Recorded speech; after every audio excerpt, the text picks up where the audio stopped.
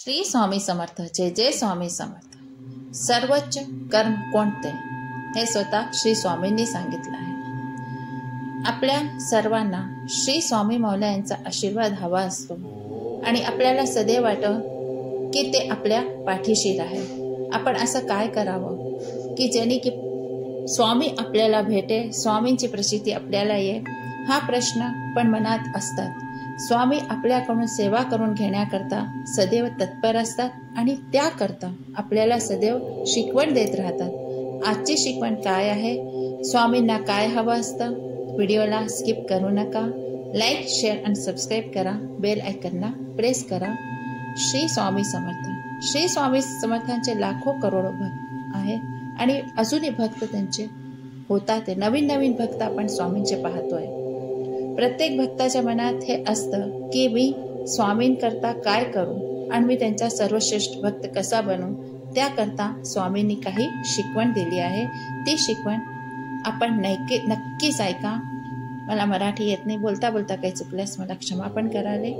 ती शिकवण आपण नक्की ऐका. स्वामीच्या प्रत्येक कार्यामध्ये आपल्याला काही शिकवण मिळते. आज ही शिकवण एक कथामुळे आपल्याला हा बोध मिळतोय, हे शिकवण मिळते की आपल्याला काय करायला हवं. एकदा स्वामींचा सर्वश्रेष्ठ भक्त कोण अशी पेच लागली. ही पेच जेव्हा गावकरींना कळली तर त्याकरता हे पण सांगितलं गेलं की जो सर्वश्रेष्ठ भक्त राहिले तो 1 महिन्यापर्यंत नैवेद्य अर्पण करेल श्री स्वामी यांना. याचा मान त्यांना मिळणार आहे. जेव्हा ही गोष्ट सगळ्यांना कळती तेव्हा एक सावकार, एक हलवाई सदाशिव आणि एक गावकरी आपला दावा करतात आणि स्वामींकडे जाऊन त्यांच्याशी विनंती करतात. तर स्वामींनी काय सांगितले, स्वामींनी त्यांना सांगितले की पुढच्या 7 दिवसात तुम्ही काही अशी कृती करा जी सर्वोच्च असेल. स्वामीराया त्यांच्या समोर ही अट ठेवतात.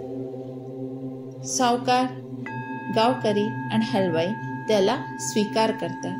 त्या अटला स्वामींच्या स्वीकार करतात, कारण की त्यांना तो मान हवा असतो म्हणून त्या गोष्टीला ते स्वीकार करतात. सावकार विचार करतो की मी स्वामींची खूप सुंदर मूर्ती बनविणे, त्याला घडवायचं काम मी करीन.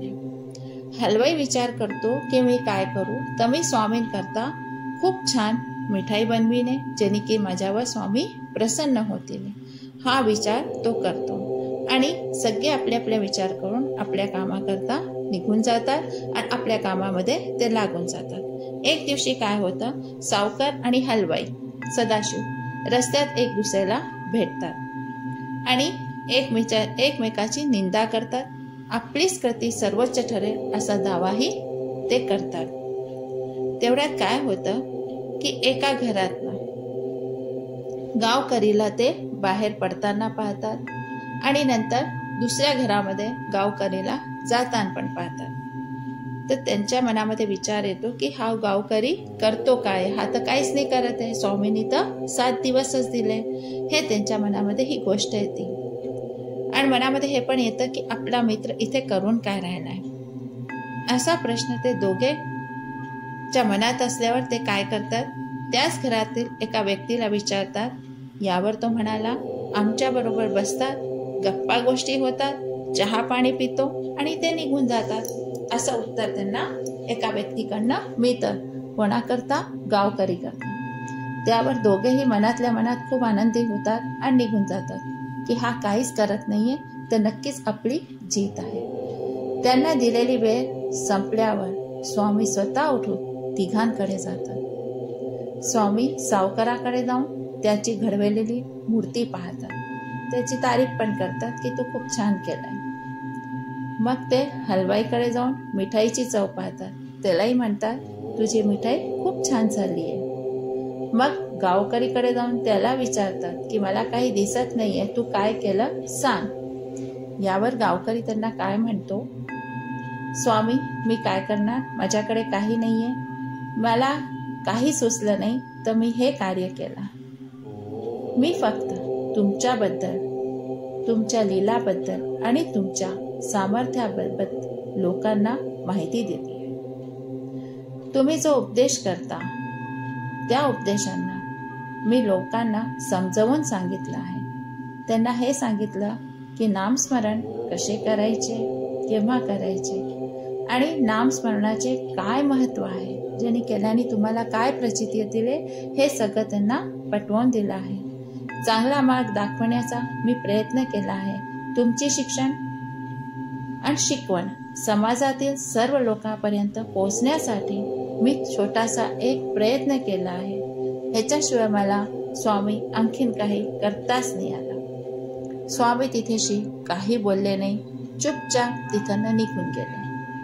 जेव्हा ते आपल्या जागेवर गेले आणि त्यांनी सांगितलं की आज मी हे सांगतो की माझा सर्वश्रेष्ठ भक्त कोणचा, तर स्वामींनी सांगितलं माझा सर्वश्रेष्ठ भक्त गावकरी आहे.